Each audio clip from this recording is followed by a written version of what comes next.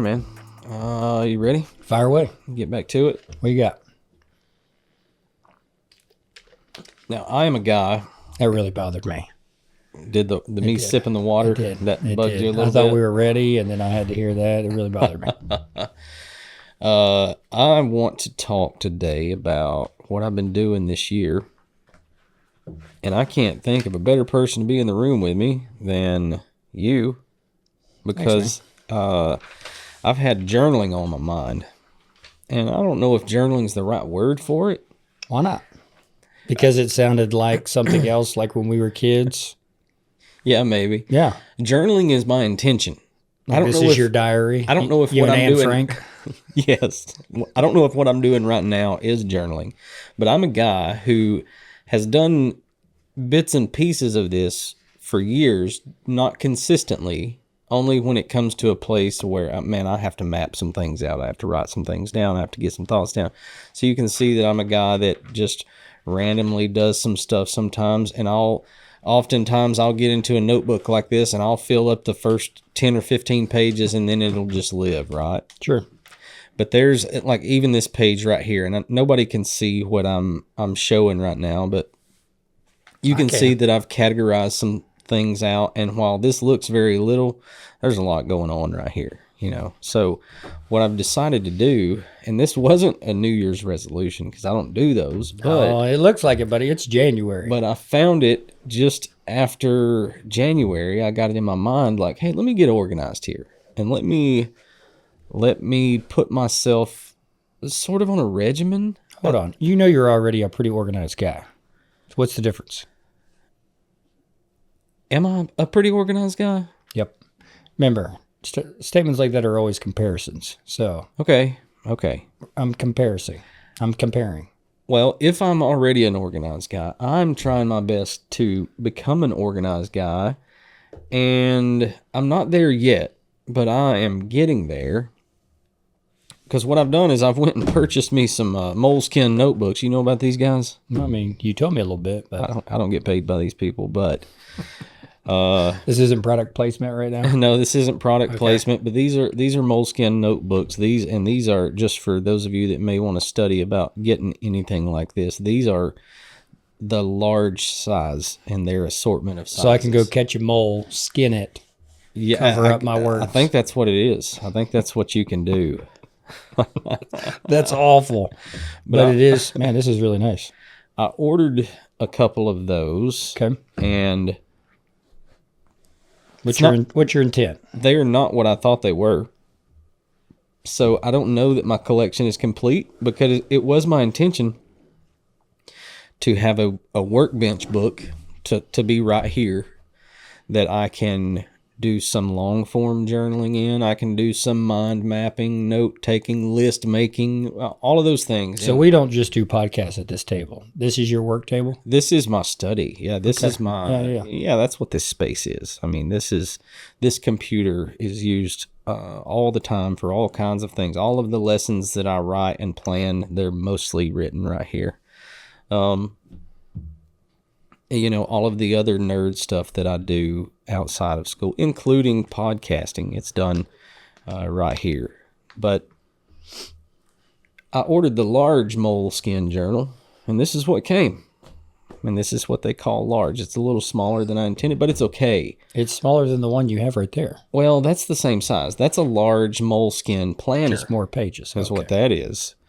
So I'm trying to come up with this system of doing things to help me, not for any other reason. But I will say, at least it's been a month ago, I told you, as I was talking about this podcast, I made the statement, this is a dusty old box of journals for my grandkids or whatever. You remember me saying something like that? Sure.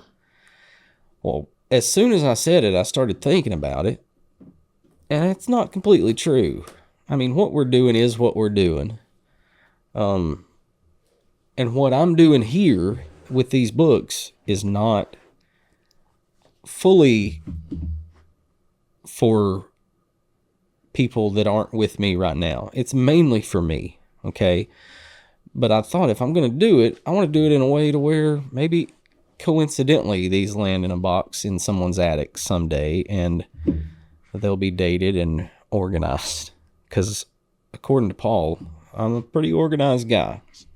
Now, You still, I mean, we have been going for a couple minutes here. So what are you doing with these things? well, let's see here. This guy right here. How is this any different than what you've ever done before? Or are you going from nothing to something, or from something to something more? I'm going from something to something more, because what's been in the past is these very disorganized. You could look at this and you don't have a clue when But you do. 5 years from now, I won't have a clue when this was written or what I was going through, other than I might find some evidence in it to help me. Are we flipping pages in here and trying to decipher what was what back in the day? This is not back in the day. Oh, okay. This is just prior to the arrival. I thought you were going to open up your journals and like we were going to have a reading. These guys, I don't know if we'll read anything. Well, I will say there's nothing in here that you couldn't read. But this one, for instance, this is daily. Before I go to bed, my day has pretty much culminated. I'm going to come to this place. I'm going to spend, even if it's just a couple minutes here. And this is the one that you would call Anne Frank's diary. Okay. This is just the, depending on how I'm feeling, it will set the tone for what's being written here. But this is a recount of my day. This is what happened, what I thought about it, there may be some, like, my intention for tomorrow is this, or that. And it's just a way for me to take what's between these ears here, because when you think about it, and this is sort of what landed me here in the first place. If I were just managing one thing or two things, you made this comment on our last conversation, I could probably handle it all right here. I could sort it out. I could think through it. I could do all of the things. But when there's other people that are dependent on me, which there is, you know that, I don't even have to say that. It's pretty important to me, first of all, to be thinking clearly and to be fairly organized, on time, and have thought through anything that I come upon. You are already all those things. Mission accomplished. Stop journaling. How is this something more? Come on. I want to hear it. What do you mean?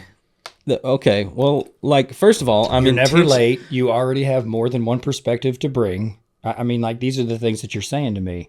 So, like, what are you really doing with these? What do you really want to do with these things? Well, first of all, I'm intentionally doing this. Yeah. Like, this comes from anxiety, man. This list right here. Yeah, you're trying to get organized. This comes from, holy cow, I can't right. do it here. I've got to do it Anyone somewhere else. listening that is trying to juggle, yeah, they're going to find themselves either notes on their phone or a notebook. Yeah, they're going to make that happen. Yeah. I have even said in the past, probably on this podcast, when I get overwhelmed or when I begin to feel overwhelmed, I make a list. And I usually start that list with the last 3 or 4 things that I accomplished, because it just does something for my brain. Yeah, that's right. That's good. To put those check marks beside those things that I've done and then get on to the next one. So that's the journaling of the past. Sure. In my phone today for Saturday, it says record with Matt. And when I leave you at some point today, I'm going to go back in there and I'm going to put my little check mark. And there'll be a little tiny sense of satisfaction, because this is keeping me organized and planned, and hey, got that done today. Yeah. Every once in a while, I will plan something and it didn't work out, and I will put an X next to it rather than just like deleting it. Mm-hmm. Sometimes I do delete it because it wasn't that big of a deal, but it was like, man, we were really planning and that didn't happen. So I put an X. I've been doing this for quite some time, and I can't really think of a time where I went back to like see how things worked out, went well, check mark. But I'm doing that in other areas, notes on my phone, or, I still want to hear your voice, but I'm going to tell you what I do with my morning page or pages of stream of consciousness. But we'll get there. Yeah, keep sure. going. But to answer your question, what am I doing? What is this doing? Between my ears and in this very disorganized, anxiety-driven note-taking, I'm surviving. Sure. And I'm surviving well. And if you do that comparison, yeah, I'm probably pretty organized compared to People usually upgrade that word somebody else. survival to something else if you're surviving well. Are you thriving? I'm not thriving. But that is your ambition. My ambition is to thrive and to progress. Yeah. As a husband, as a father, as a grandfather very soon, as a Christian, as a teacher, as all of those hats that I wear. We'll keep writing. As a writer, as a podcaster, As a writer, as a your physical creator. health, right? Yes, I mean, physical, yes, all of those things. planning your next adventure. I mean, like we've been talking about these things. I mean, like there is a lot going on. Yes, yes. I get the intent. I hear you. My intent, if I can survive well with no system and no real intentions of mapping it out, I do believe that I can optimize that. I could do it, and I could do it pretty, because what I don't want to do is I don't want to lock myself to I've got to go right now. You know what I mean? Oh, when you say the word system, I hear you locking yourself into something, and that's not always a bad thing. I am locking myself into something, but I'm also being mindful that when I come in here and I sit down, I want it. Am I writing right now out of obligation or inspiration? And I'm okay with either one of those answers, but I need to make an agreement with myself which one it is. And that's where that leads me back to Where'd all this come from? I don't really know. Can you name names? Is this a podcast? Is this an article? Is this a conversation? Yeah, I mean, this is some YouTubers that I've sort of lent my ear for other things. Can you name some names? Yeah, Ryan Holiday, I mentioned to you off air. There's another one that has been a pretty big voice in the last week or so. I don't want to get his name wrong, so let me... Did you say Claude? You did some AI. And Clark. Gave you an idea. I want to say Clark Kegley. You ever heard that name? Clark Kent. Clark Kegley. Clark Kegley is he's big on journaling itself, and I've stole some ideas from him. I have not the system that I want is not the system that I have today, but I'm making efforts is what I'm saying. Yeah, that fits. Like, last episode we talked about what's 2026 going to look like. So if I sit with you again in August of 2026, what will you have accomplished through these journals right here for yourself? Well, the first thing I will have accomplished, hopefully, is that knot in my chest that thinks in the future and doesn't live where his feet are. Hopefully I will sort of saddle that horse. I will get a little more control over that and be able to be present a little more. Sure. Some people go to a counselor or a therapist.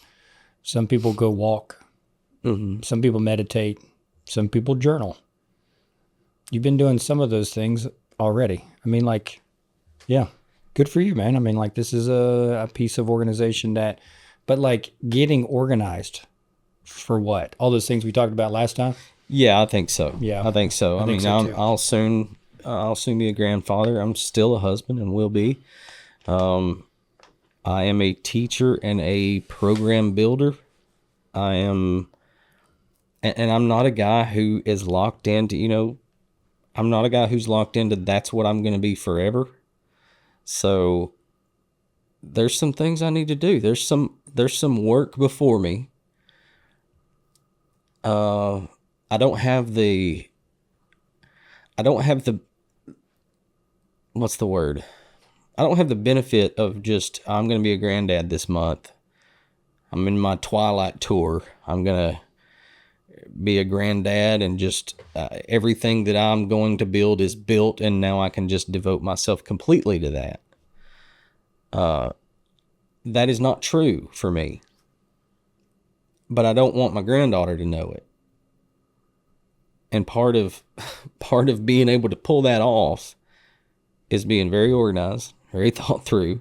That way, when my feet are where her feet are, that's where they are. Does that make sense? Don't you laugh at what I just said.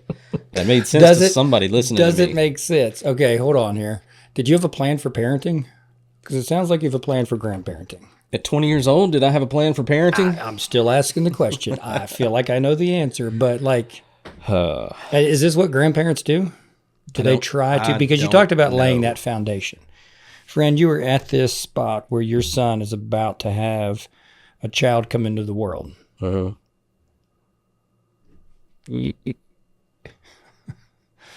You're just a grandparent, man. You are going to lay a foundation of love, but you have this really healthy relationship with your son, which is the foundation for the relationship you're going to have with your granddaughter. Uh-huh. But there's something more that you want. I don't know if you can articulate that yet. Can you? Or is that what you're trying to do? And that's just one phase of the conversation that you're having right now. Yeah. Because you're not always going to be these things. You just alluded to that just now. Do you know what you're always going to have? A heart. And you're always going to have a mind. And you're always going to have a soul. And you're always going to have a body. And I mean, all that is love the Lord your God with all your heart, mind, soul, and strength. What are we doing with our heart? The spiritual aspect of things. These things that we know, but sometimes can't articulate, but yet we can start in a particular direction and see how it builds our faith. You got a good brain, man. That whole mind, you have intellectual ambitions. And in 2026, you want some very specific things to happen. You are connected soul-wise with a soul force to so many meaningful people in your life. But like there are some that fistful that just mean more than others. And you want to make sure that 2026, you don't miss out on some adventure or some shared, man, we're going to hold on to this for years to come. And then your body, your physical body, I know you've got some things you want to continue to do because in 2025, you figured out what walking means, not only for your body, but also it connects you to people. Also, it gets you listening to things that you wouldn't otherwise give time to listen to and to get to learn. And spiritually speaking, man, everything is spiritual. All of this is connected right now. So when I see you stack and restack and unstack and stack again these journals and try to tell me what this really means, I hear you because I get you. There are some very specific things that you want to make sure that you not only do, but you don't miss out on. That's the piece I feel like you're saying, especially with the kind of granddaughter and continue this. I mean, what you have with Kyler is special. And what you and Valerie have with your daughter-in-law, not everybody gets, especially from the jump. Y'all already have a healthy relationship. You already enjoy each other's company. Uh-huh. That's gold. You can't trade that. You can't manufacture that. You can plan events, but it doesn't mean that all that planning like produces something meaningful. I'm saying all this to you to say this, man, you're already on the right track. You have already figured some stuff out. You have already done so much of the good hard work to get to where you're at right now, that right now I feel like you're on the platform about to dive into the deep end. And you want to make sure you are prepared as possible because you're not going to give yourself to anything shallow any longer. Ever. Again, you are filled with too much wisdom and too many people in your life that wouldn't allow you to waste your time on nothing. And so you can now correct me if I'm wrong and tell me if any of this makes sense for you. Of like, is this close to what you're trying to attempt? That there is just, you really are. This isn't nothing to something. This is something to something more for you. And because writing means so much to you, this can be an avenue for you to really focus your attention and your awareness to do something special. And whatever that may be, some of it's still a mystery, and some of it you truly do have a vision for what you want to be. I do. I find truth in everything you said, and I don't know why you're being so nice to me, but I appreciate you. It's not being nice to you, man. It's just truth telling, and if it sounds nice, then good. Well, thank you. There are people listening that know Matt Paris, and they went, yep, Zach Pike, can you hear me out there? Yes, I mean you articulated it much better than I can.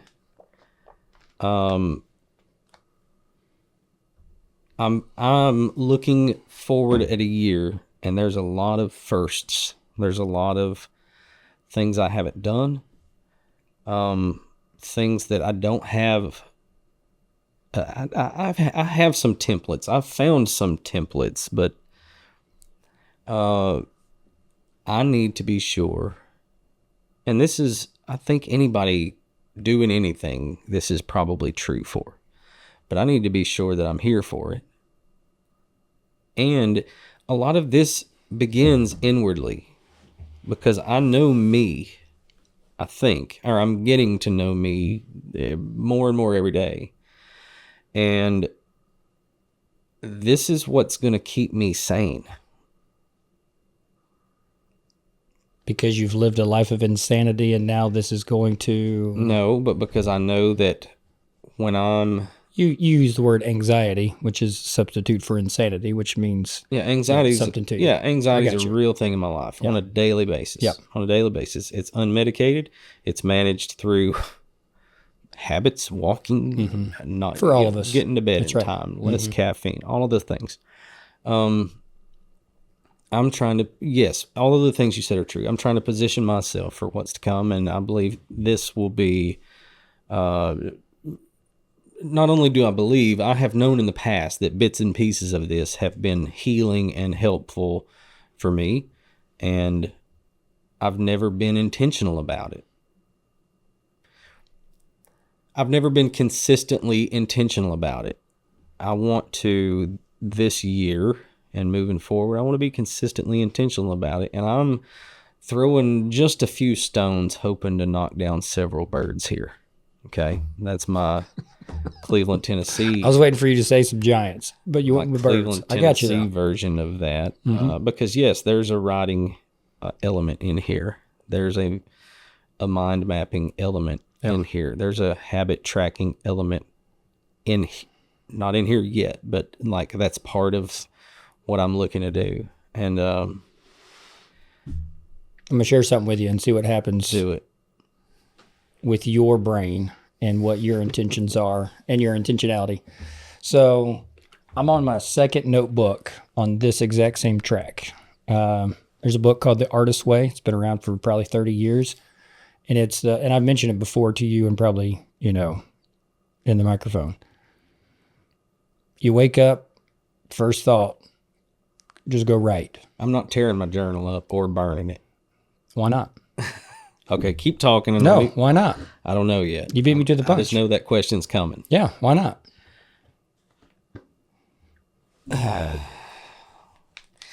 First of all, finish what I'm burning. Describe what it is that I'm burning. Your thoughts, your stream of consciousness. Let's see what comes out of me. Don't filter. Don't filter. There's so much value in not filtering. But you know what? We usually go unfiltered on people at times when like this is not going to be best. This isn't the healthy way to do it.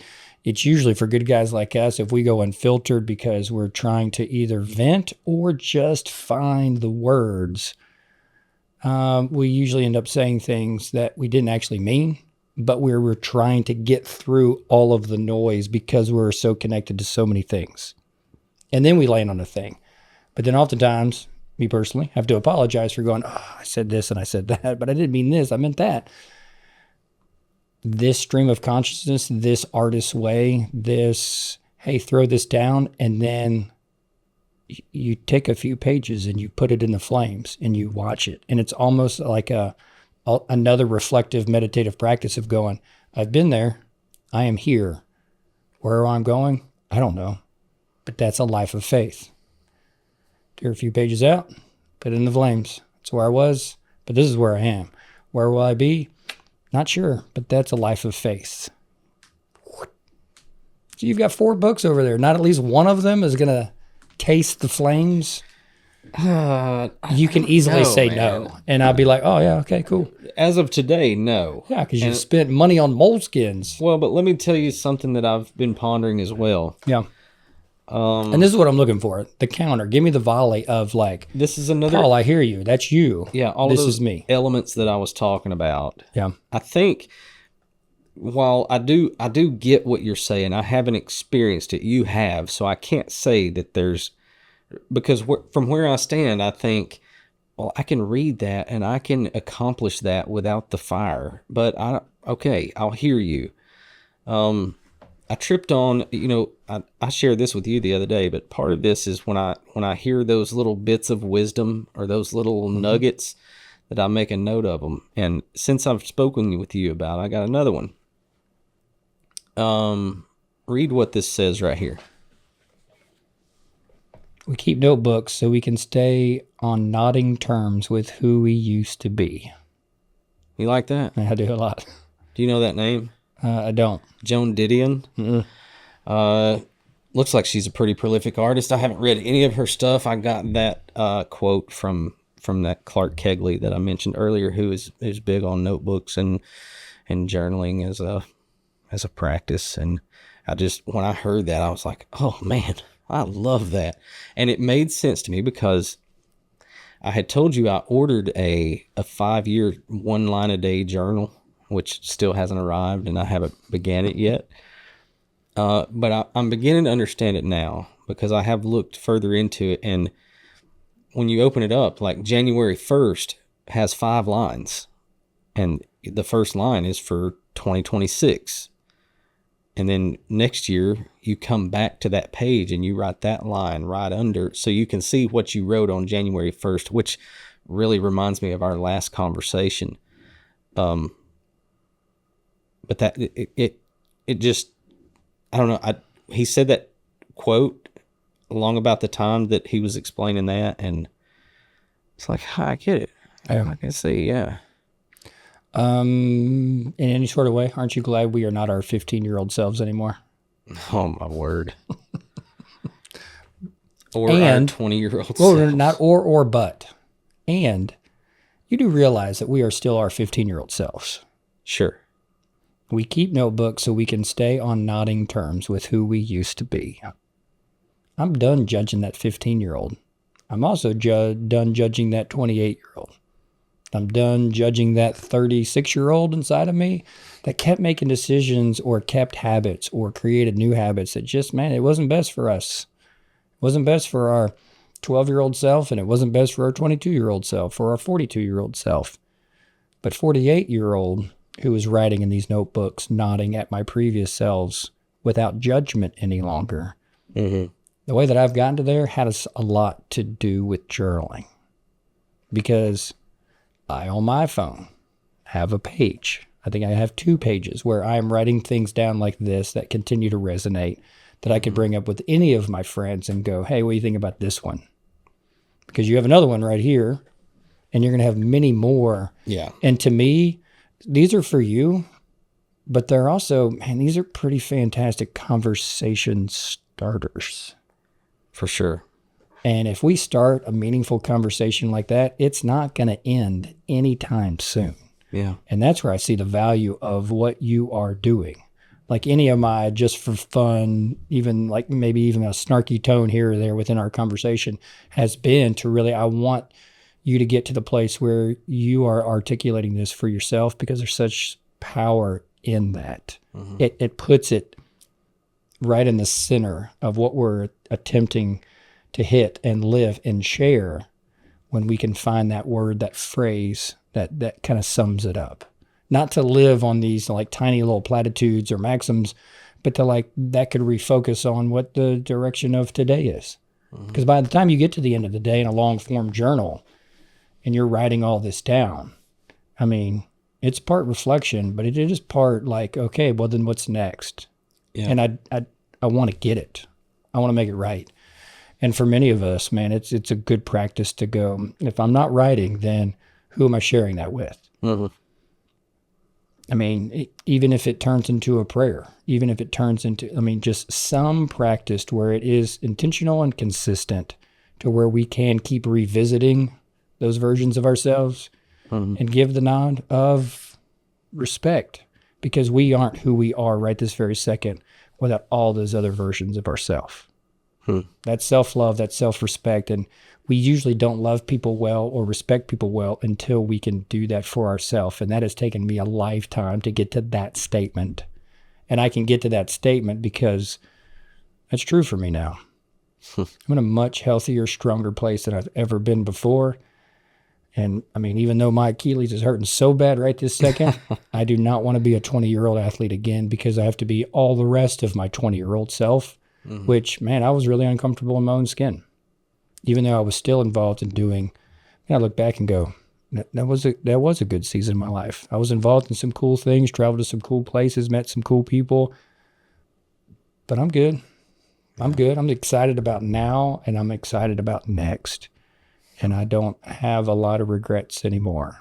I got a couple I'm still figuring out on how to forgive myself and how to forgive someone else, but man, it's less and less as the years go by.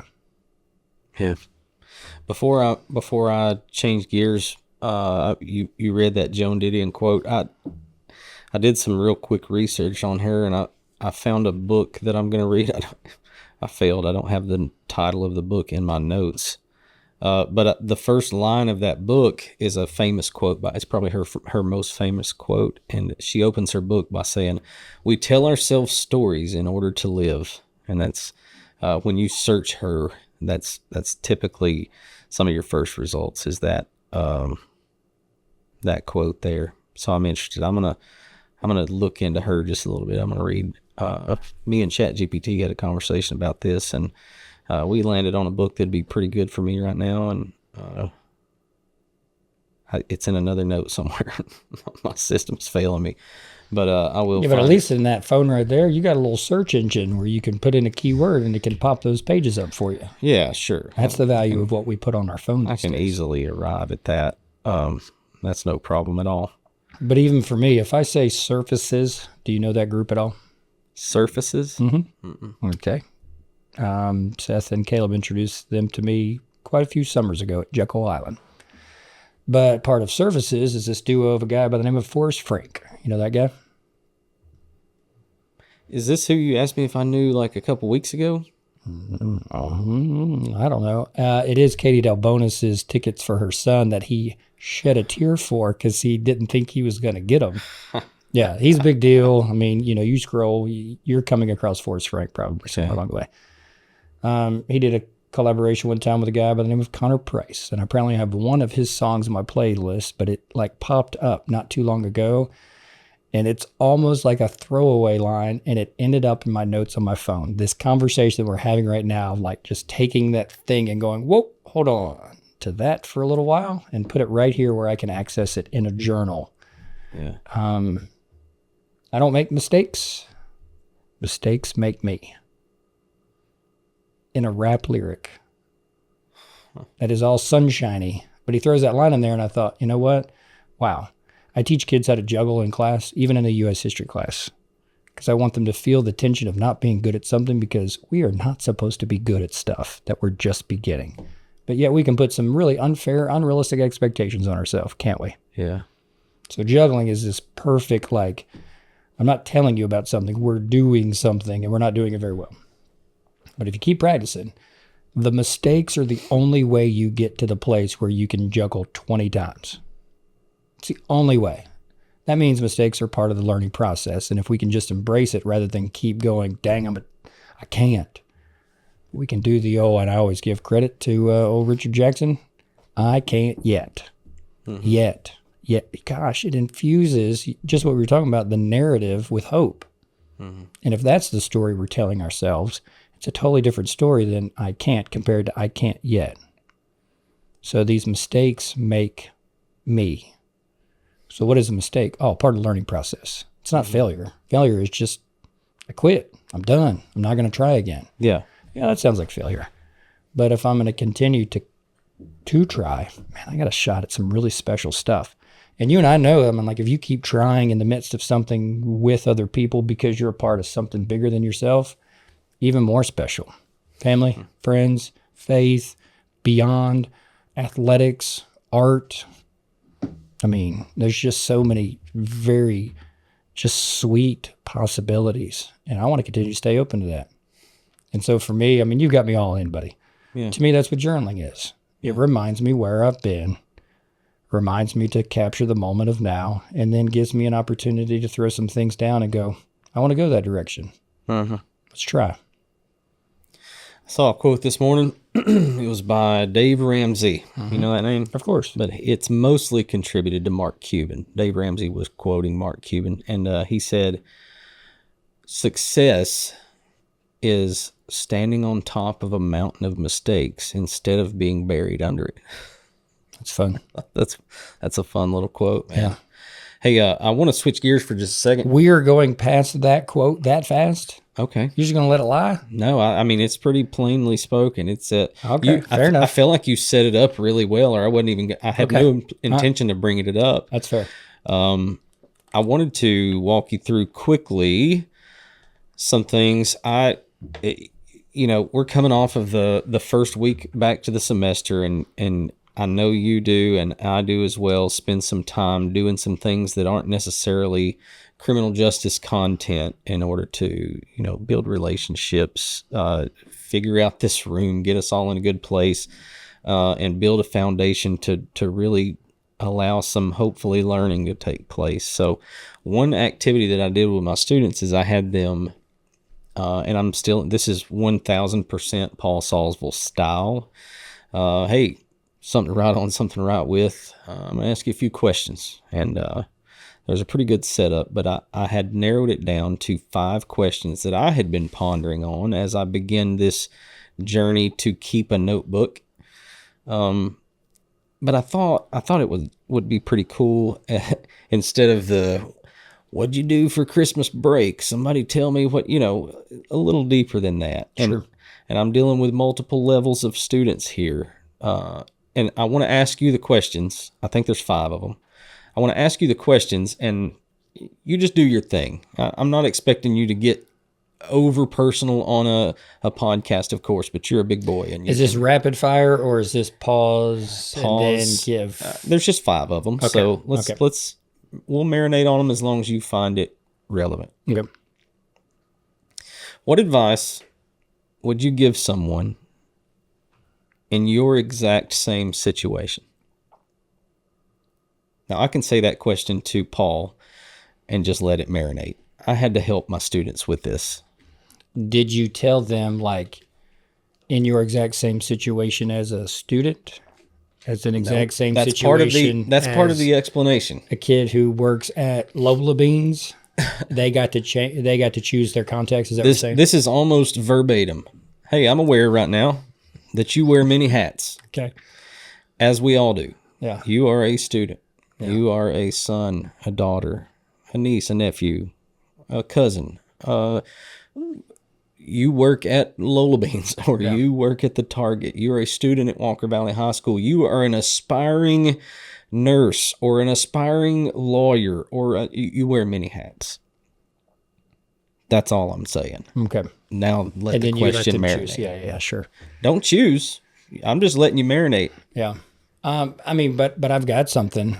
When you grow up trying to please your parents and trying to please coaches and trying to please your wife and even try to please your kids, try to please your boss, try to please students. You do. I learned late how to take care of myself. I knew how to run a 5-minute, 10-second mile. Mm-hmm. That's strong. Good job. I know what it's like to bench 225 pounds. That's strong. But that's not necessarily taking care of myself, right? That old adage of put your mask on first before you put someone else's mask on the plane that's going down. Yeah. I've learned that late. So my advice would be learn how to take care of your heart. Learn how to take care of your mind. Learn how to take care of your soul. Learn how to take care of your body. Yeah. And all these aspirations you have for taking care of other people, you still will get it right a lot, and you still will get it wrong a lot. That's a lot of a lot. Yeah. If you're willing to put yourself out there in the world. But learn how to take care of yourself. May our spirit be kind, and may our mind be clear and our soul content, and our body be strong. Learn how to be kind. Learn how to clear your mind. Learn how to be content. And learn how to get strong and to be strong. And then you are more prepared for pouring into other people's lives. Yeah. Yeah, that'd be advice. Yeah. You know, I've mentioned Clark Kegley twice now. Clark Kegley, if I heard you correctly, would call what you're talking about working in the shadows. And he draws this beautiful illustration. And it's a baseline, and it's got wave lines going above the baseline and coming down below, and going above the baseline and coming down below. And he makes the comparison, and he uses basketball, coincidentally. He says, hey, everything above this line, that's skills. That's what you do. You're working on your jump shot. You're doing this. You're working on your conditioning. All of those attributes, those outward things that help you do what you do, whether it be for basketball or in your education. That's your certifications, your education, your skills. And everything below there is the reason that you can't make a jump shot every time you shoot it, that you can't maintain confidence every time that you walk into a situation. And those are inward things. Yeah, that's Parker Palmer's inner landscape. You know, we bring that up a lot. Yeah. Very cool. Very cool. But that's this, man. I keep I'm pointing to my journals, my notebooks now. Yeah, that's shadow work. Yeah. Next question, Paul. You ready? I don't know if this hits you like it'll hit a 16-year-old student, but let's see. There's a 16-year-old inside of me. You've explored this question before. Okay. What would you do if you knew you could not fail? What would that change in your life? We've had that conversation. Whoa. No. You know who I had this conversation with? Dalton King. The golfer? No, Dalton King. No, Dalton King's the youth pastor. Yeah, that's right. Yeah. Dalton. Alex King, maybe? I don't know. But that's his brother. But I think there was an Alex King golfer, too. There was a Dalton that used to be in my class. Anyways, go ahead. You had it with Dalton King. And I said, what's wrong with failing? And he was like, well, you know, I mean, and I was like, we know each other well enough. I could cut him off and go, well, hold on, let's just sit with that for a second. Because if you want me to answer this question or respond to this line, like to me and all the lessons that I've learned and all the lessons that I try to share in it, I've already shared it just now. I'm okay. Like, read that quote one more time. What would you do if you knew you couldn't fail? Yeah, I'm okay with failing. Yeah, but that's not the question. You sound just like Dalton right now. No, well, but I'm being serious. You're asking me to respond, and I'm being serious. I know, but I think you're changing the context or the meaning of the question. Can't do that. I'm a guy that's aware that you're okay with failure, and I even just said success is standing on a mountain of mistakes. Yeah. Like I'm okay with failure. But what I'm saying is, speaking in the context of what happens in your brain when failure is a possibility. That's a wall. That's a thing. No, failure that exists. is an inevitability. Okay, I'll take your point there. Yeah. Yeah, it changes things. It changes what you do, how you operate, how you... So I would say everything changes when I finally embrace mistakes as part of it. So like, okay. Yeah. I'm still going to do the same thing. Even if I couldn't fail, and even if I know I'm going to fail. Okay, what's your point? I got you. So and I don't say that disrespectfully. No, I know. We've created this other thing, and now that becomes nonsensical. At least to me, and in the place that I sit these days of like, I mean, I'm still going to do it. Yeah, that's the difference in me asking a high 16-year-old schooler and asking a guy who's worked that inner landscape for some decades now. Because what you're essentially saying is, I'm past the point in my life where failure is that.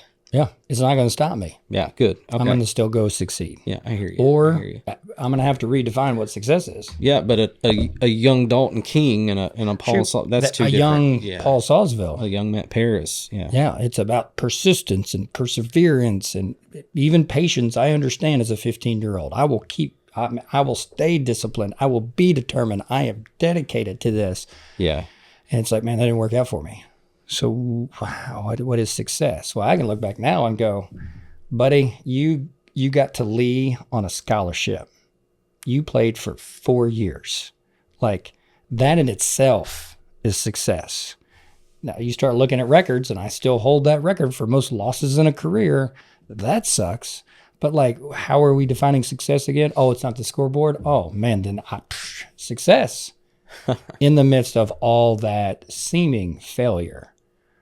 My bride my 3 sons, I have to go lose all those games to have this life.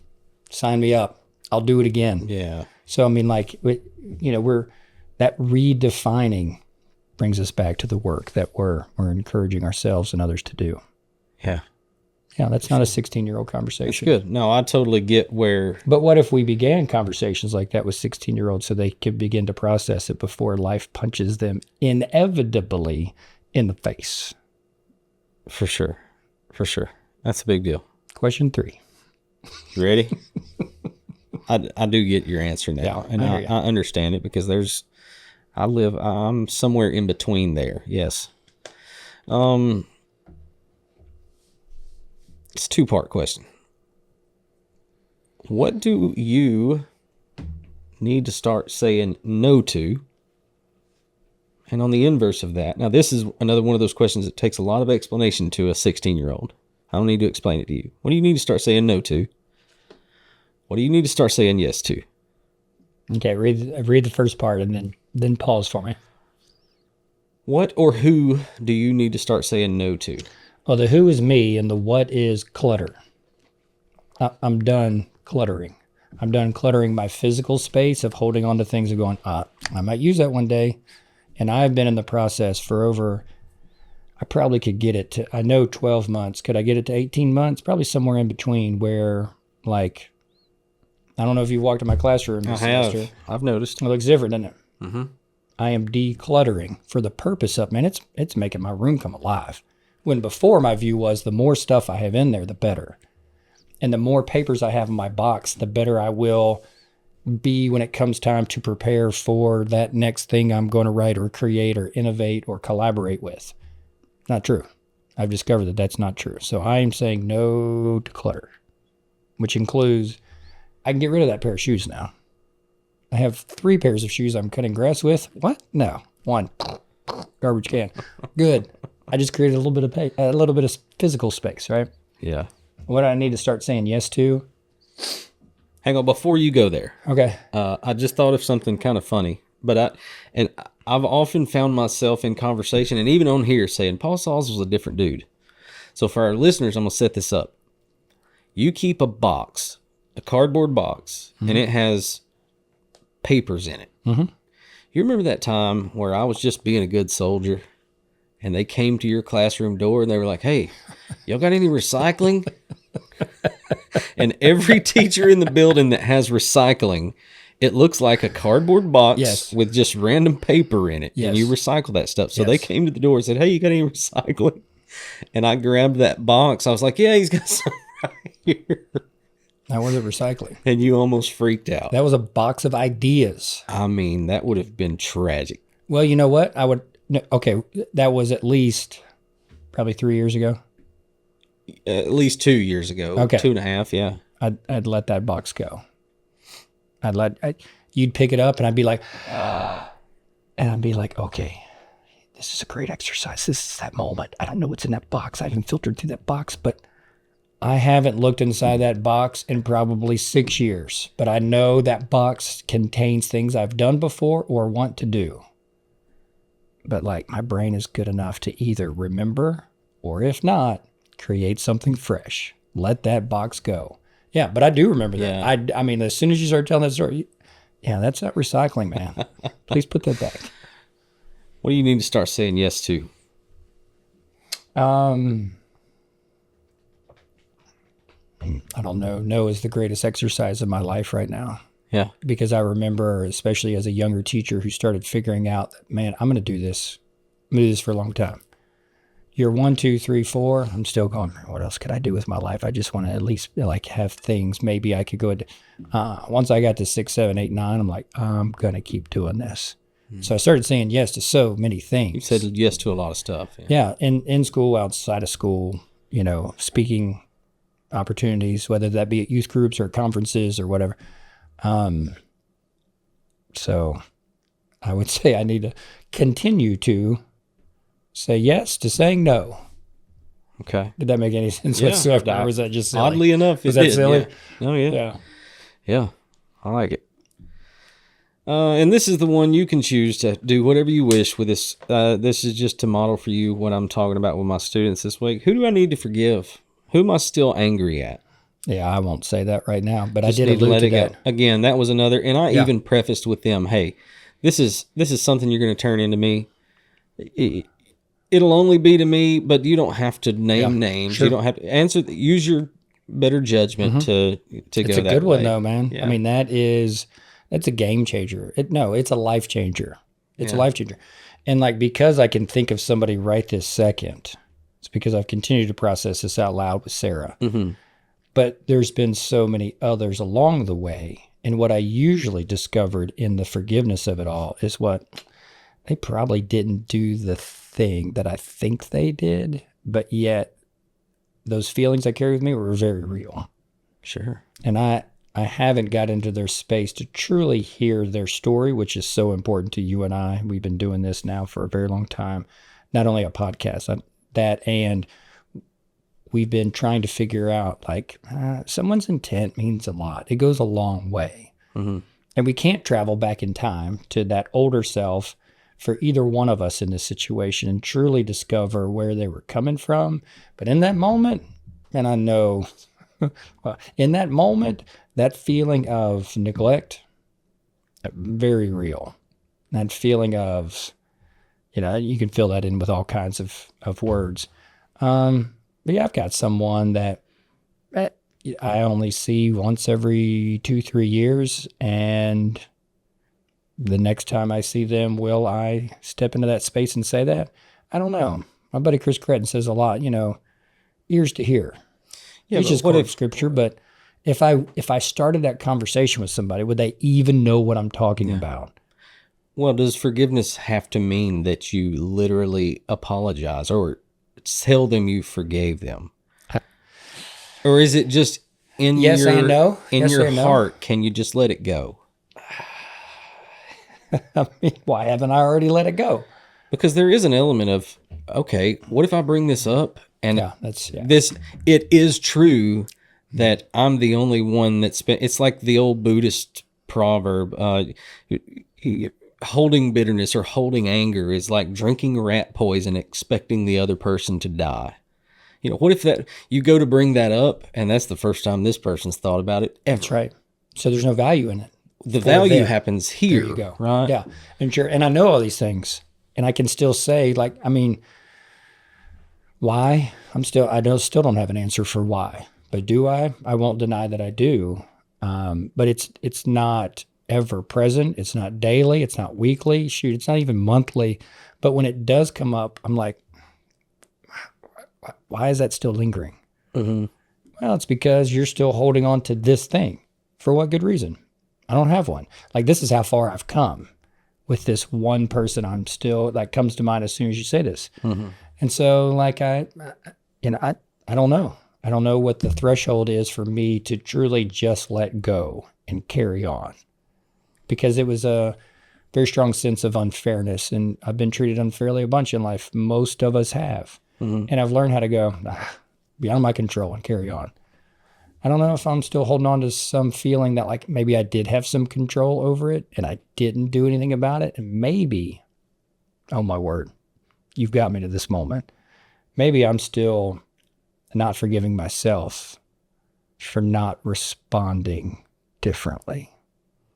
My next question was going to be, dang, Matt Paris. Do you feel... hold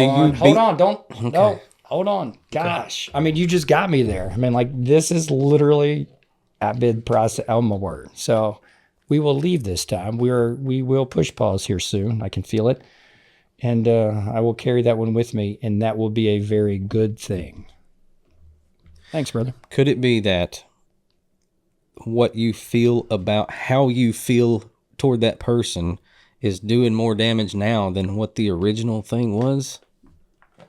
I don't know. The original thing was pretty damaging. Well, I get it. Yeah. Okay. Yeah. All right. Just a question. Yeah, I got you, though. Do you want the next actual question, or are we done with that one? That's a great question. Done. That's It is a great question. And in this regard, this podcasting is journaling. This is what happens in notebooks, Yeah, for sure. on paper, especially for those men listening who they don't want to write a diary because it's sissy. These are the kind of things that happen with me when I put things on paper. Like, it's very powerful. When so no matter what we think of it, it's probably something different. When I don't have these conversations with Paul, when I'm having these conversations with myself, to see it, for it to come out of my heart and into my fingers and onto a piece of paper, sometimes that aha moment happens. Yeah. There is something magic about the page, though. It's mystical, man. Like, you're really not even talking to yourself. You're talking to the page.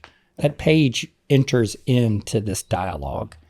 And it's not just like our thoughts are our thoughts and they're just banging around in our brain. That's obviously not scientific. But like when you get to the page and you start writing things down and it starts to come alive. I mean, like it's just like the character on the page that we love to read in our favorite fiction novel. It's talking back to us. It's coming alive. It's moving on the page. We are now interacting with it. That is the value of journaling. There is nothing sissy about a diary. It's actually very masculine and manly because we really are. It's a very courageous act to take the risk to throw it down and then look back at it. Yeah, that's a thing for sure. Number 5, what you got? I think I really like this one for you. What have you changed your mind on?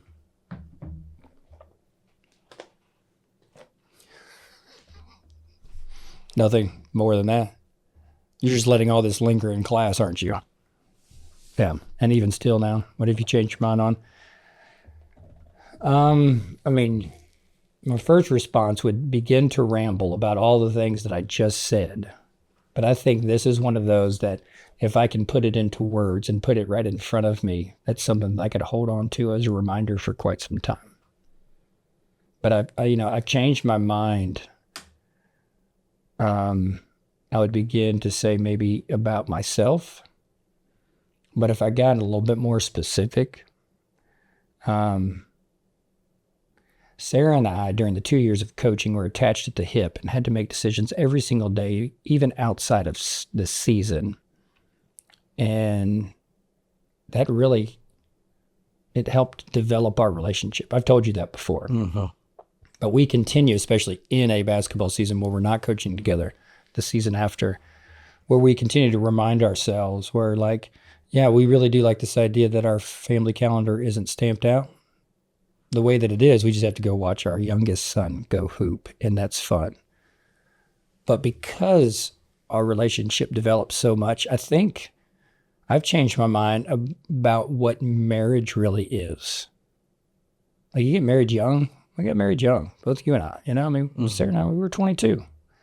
And you really haven't, I didn't really understand who I was, understand who she was. And so you really don't understand what's the point of marriage.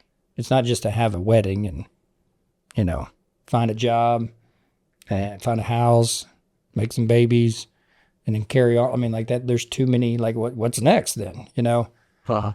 But this shared life that I have with Jean is the most amazing relationship that I've ever been a part of. And she hasn't gone anywhere and I haven't gone anywhere.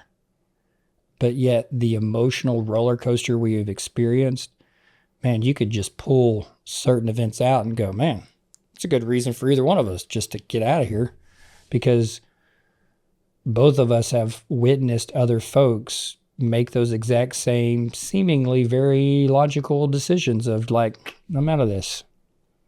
But there's something about the shared bond of marriage when you lean into the friendship piece of this that changes things forever, because the expectations change. Remember your expectations as a young man? Mm-hmm. Whether it be about time, attention, sex, or the future. Mm-hmm. And then you begin to really become friends. And I think all of us would probably admit, yeah, I was friends with my spouse before we got married. Well, if you've been married long enough, now look at your friendship. I mean, those are two totally different definitions of friendship, at least for me. And I don't even know what Sarah would say on this, but my idea of what it means to wake up next to somebody and go, let's share this day together. It's not just that whole, like, let's share this life together, but it, like, in the literal sense of, let's share this day together. I love it. I treasure it. And I treasure Sarah, and I have treasured the family that I've married into. I've said that many times. Mm-hmm. But there's just something more meaningful about just landing in the day and going, I don't have to do this alone because I got her. And it doesn't make many things any easier. It just doesn't. It just means I don't have to do anything by myself if I don't want to. And even in marriage, we still try to fly solo sometimes, and we kind of miss the point that this is a shared life we have together. Uh-huh. And it's just not. And so that is my first thought. There might be a next thought, but I like that thought. Yeah. I like the thought of Sarah coming to mind pretty quickly, and just getting to see how her and I have really grown up and grown into each other. That's a big question. That's a couple guys like me and you that are stringing decades together and doing a lot of thinking and a lot of inner landscape work, that we could probably take a year and write a book about that question. When I answer this one for myself, because that's where these questions come from. These are things that I'm working through with me, and one that I will highlight for you, just for the sake of this, is, and I may have mentioned this to you as my friend before, but I really used to think that I don't care what people think about me. I might even say that out loud at some point in my 20s or 30s. And not only is it not true, it's as opposite as it could be. I really do. I'm all this exterior, these eyebrows, the guy that, I don't get riled up a lot. I really care. Not so much about what people think about me in a self-conscious kind of way, but if I thought I hurt somebody, it hurts my feelings, Yeah, I'm tracking. And that leads me to when do I hurt people? And that anyways, that would be my answer. And we could make a whole podcast episode on that answer as well as yours, but put a bookmark in that. Yeah. Those questions and things like that are another part of, because this all started by notebooks and journals. Yeah. I told you that I long form journal. I am making lists. I'm mind mapping, but I'm also trying to keep, because long form journaling, when I say that, think Dear Diary almost. Like this was my day. This is how I felt about this. Maybe I should have went this. It's not a book. It's not pretty, but it is very narrative driven. And it's, should I ever develop amnesia, I could go back and visit this book and it would help me. I can't. Find who I am. Just have a tin full of ashes. Yeah, you just got ashes. But those questions are another element. When I said, I began this by saying system. Now, well, if you're not going to forget what you're about to say, yeah, I think that's possible. Am I about to? No, I'm just rambling, man. Okay, well, hold on. Let me return back to the classroom just for a second. Do it. And I love the idea that you're asking these questions to 15, 16, and 17-year-olds, because some of the things that I can imagine, because, I didn't ask these 5 questions, but we have these conversations. There was 6 questions, but keep going and I'll give you the last one. Okay. But I can imagine a junior in high school going, yeah, school ain't that bad. I've changed my mind. You show up, and as a freshman, you're overwhelmed. And as a sophomore, you think you know everything. But now I know that, it ain't that bad. And it's really cool. Kids this age, they have to figure out how to be independent. Mm-hmm. And now they are seeing their parents as people.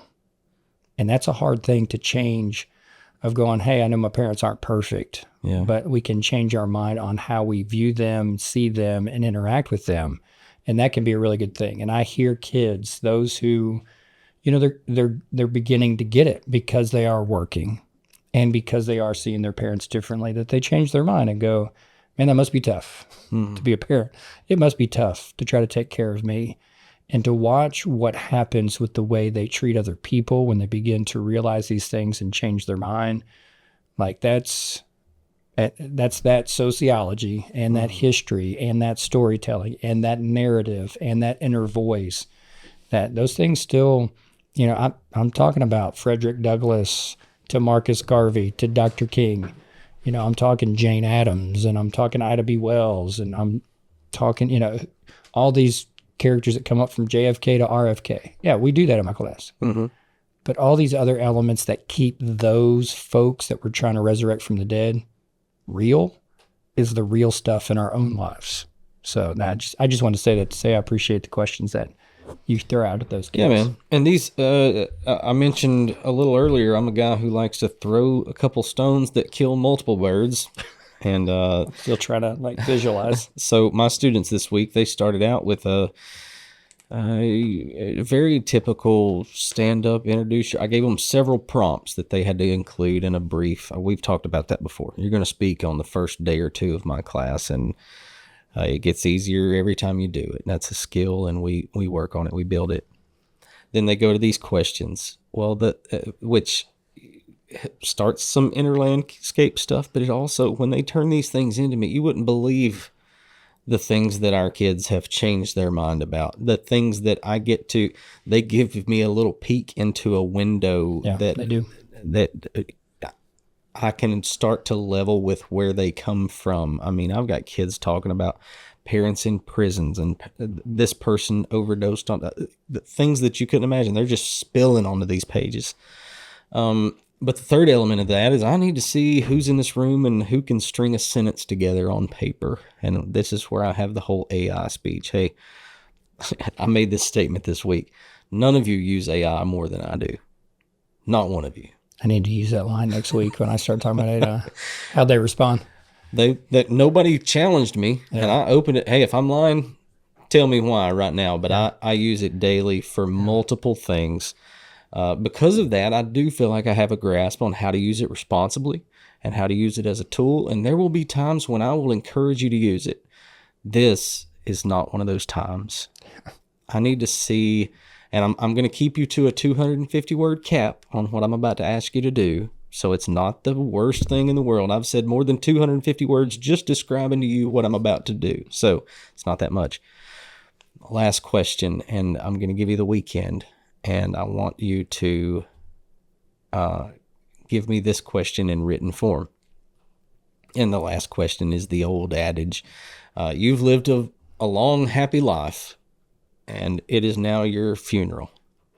And that I missed a question. There was another question. Who do you run to? Who do you run to? Who's that person? That mentor, friend, who you need to bounce something off of somebody. So I'll spare you that question right now. But we'll save it and bring it up some other time now. I will. Yeah. I will. I'll carry that into the last question, the writing prompt.